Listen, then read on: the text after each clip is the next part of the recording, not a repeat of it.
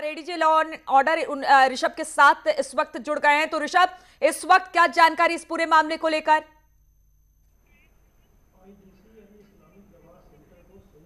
देखिए, UP ATS को remand मिल चुकी है। इस वक्त यूपी एटीएस के कब्जे में आ गए हैं दोनों आरोपी उमर गौतम और जहांगीर।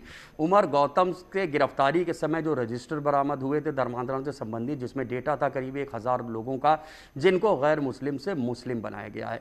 अब तस्दीक की जाएगी उनके क्रेडेंशियल्स की कि वो क्यों परिवर्तित किए गए, क्या उनको कोई धोखा दिया गया, उनको धन दिया गया, लालच, दबाव, क्या चीज़ें थी, और इसी के साथ साथ इनके पास धर्मांतरण के लिए फंडिंग कहाँ से आ रही थी। बात करने के लिए हमारे साथ खुद यूपी के ADG law and order Prashant Kumar हैं। सर, अब आज से रिमांड शुरू हो गई है। रिमांड के दौरान किन बिंदुओं पर पूछताछ होगी? जो विवेचना से संबंधित महत्वपूर्ण बिंदु है, क्योंकि ये महत्वपूर्ण विवेचना है, इसका एक विवेचना का प्लान है, जैसे कि किन किन स्रोतों से पैसे आए, किस तरीके से यह धर्मांतरण का पूरा इनका रैकेट चल रहा था, कहाँ कहाँ के लोग थे और किस किस प्रदेशों में इन्होंने इस तरह से किया है, या जो प्रोफाइलिंग जो लोग कन्वर्ट हुए हैं उसकी हम लोग प्रोफाइलिंग कर रहे हैं। तो अभी तक लगभग 400 लोगों की हम लोग जो प्रोफाइलिंग की है, उसके हिसाब से लगभग 55% महिलाओं का कन्वर्शन हुआ है और 45% पुरुषों का हुआ है। इसके अतिरिक्त जो महत्वपूर्ण राज्य जहाँ से कन्वर्शन हुए हैं वो आसाम है, आंध्रा है, तेलंगाना है, वेस्ट बंगाल है, छत्तीसगढ़ है, हिमाचल प्रदेश है, झारखंड है, गुजरात है, बिहार है, राजस्थान है, हरियाणा है, दिल्ली है और यूपी है। तो अब इनके अलावा भी कोई प्रदेश है या इन्हीं में संख्या ज़्यादा होगी, ये जब सारे आंकड़े खंगाले जाएंगे और इनका जब एनालिसिस किया जाएगा तब इसमें चीज़ें प्रकाश में आएंगी।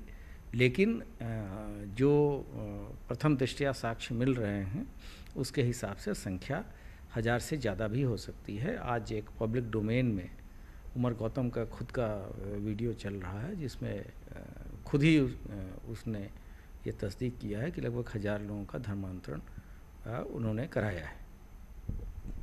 सर, जैसा एटीएस के विवेचक की ओर से रिमांड अर्जी कोर्ट में दी गई, उसमें एक बात का जिक्र किया गया है कि एक सोची समझी साजिश है देश के जनसंख्या संतुलन को, जो डेमोग्राफी रेशियो है, उसको बिगाड़ने का। क्या ऐसी कुछ इनपुट हैं? ये विवेचक ने कोर्ट को क्या दिया, ये गोपनीय दस्तावेज है और ये कोर्ट के खुद के पेरुसल के लिए है। इस संबंध में विवेचक के विवेक को के बारे में बोलना अभी उचित नहीं है, लेकिन ये अवश्य है कि ये सोची समझी साजिश के तहत कराया जा रहा था और ये स्वयं स्वेच्छा से धर्मांतरण नहीं हुआ है। ये या तो उनको किसी तरह के लालच दी गई है, उनको भय दिखाया गया है, या उनके दिव्यांग या आर्थिक रूप से कमज़ोर होने का फ़ायदा उठाकर इस तरह की चीज़ें कराई गई हैं। और यही सभी साक्ष्य हम लोग एकत्रित कर रहे हैं ताकि मजबूत साक्ष्य हमारे पास हो कोर्ट में इनके जुर्म को प्रूफ करने के लिए।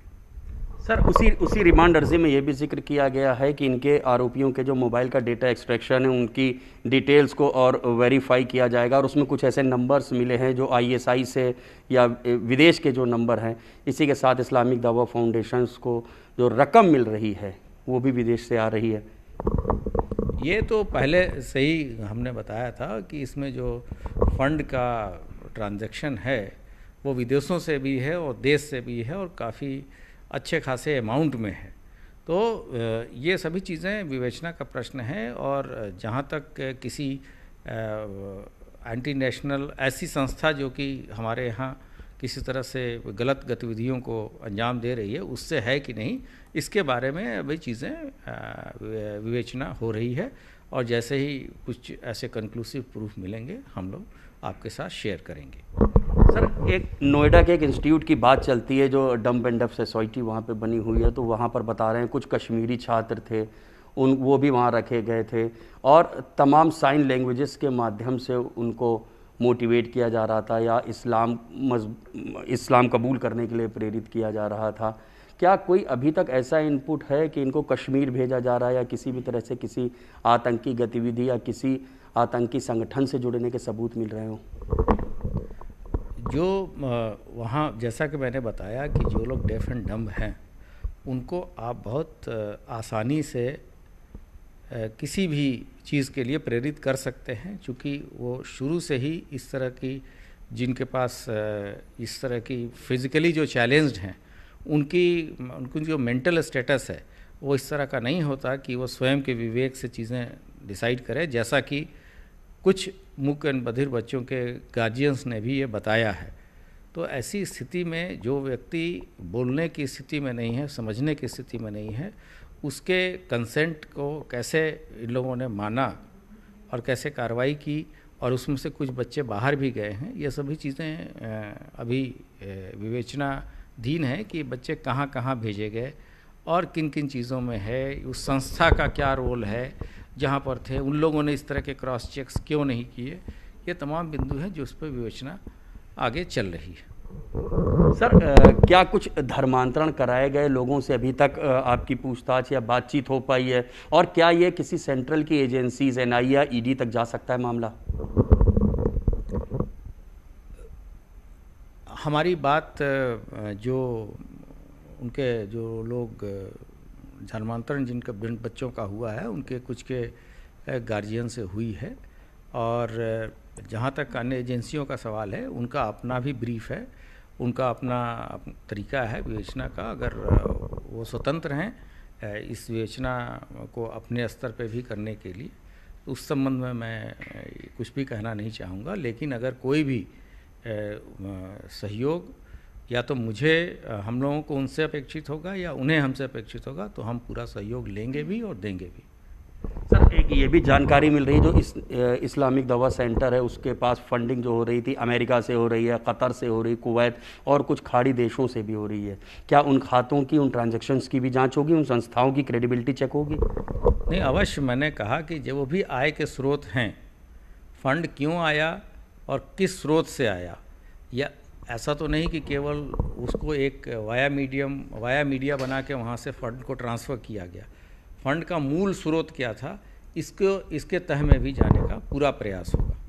सर, चर्चा है लखनऊ की एक संस्था है, नई दिल्ली की एक संस्था है, कुछ और ऐसी गैर सरकारी संस्थाएं हैं जो इस इस्लामिक दावा सेंटर को फंड दे रही थी। क्या वो सब भी आने वाले हैं जांच के दायरे में? मैंने आपको पहले ही स्पष्ट किया था कि इसके जद में जो भी लोग आएंगे और जिनकी क्रिमिनल कल्पेबिलिटी होगी उनके विरुद्ध कार्रवाई होगी। क्या अभी तक ऐसा कुछ हुआ है जो डम्प एंड डेफ बच्चे थे जिनको कन्वर्ट कराया गया है इस्लाम में, इनको किसी भी तरह से हथियारों की कोई ट्रेनिंग दी जा रही थी? अभी इसके साक्ष्य नहीं मिले हैं, और जैसा आपको भी पता है कि डेफ एंड डम्प बच्चों को कम्युनिकेट करने की भी एक लैंग्वेज होती है। तो इन सभी चीज़ों को विवेचना के दौरान हम लोग देखेंगे। तो ये यूपी के ADG in law and order हैं, जिनकी बात से एक बात ज़रूर साफ हो रही है कि ये पैन इंडिया अब हो चुकी है इन्वेस्टिगेशन। करीब 10 से 12 प्रदेशों तक जांच पहुंच गई है, जिसमें यूपी एटीएस शामिल रहेगी। हो सकता है कल को इसमें सेंट्रल की कुछ एजेंसीज भी शामिल हो जाएं।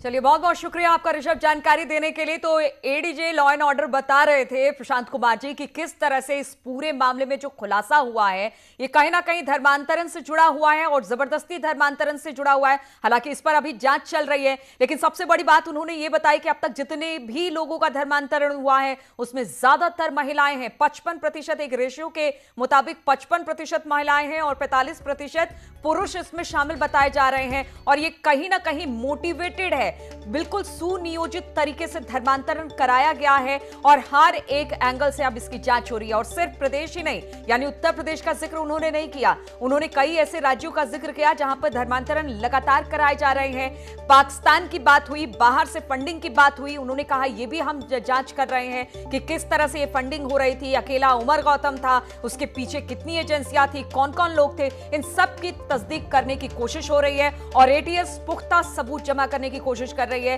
कि जो धर्मांतरण का ये पूरा मुद्दा था, अगर वो सही तरीके से रखा जाए, सबूत पूरी तरह से रखा जाए, तो बहुत बड़ा ये पूरा मामला निकलकर सामने आएगा।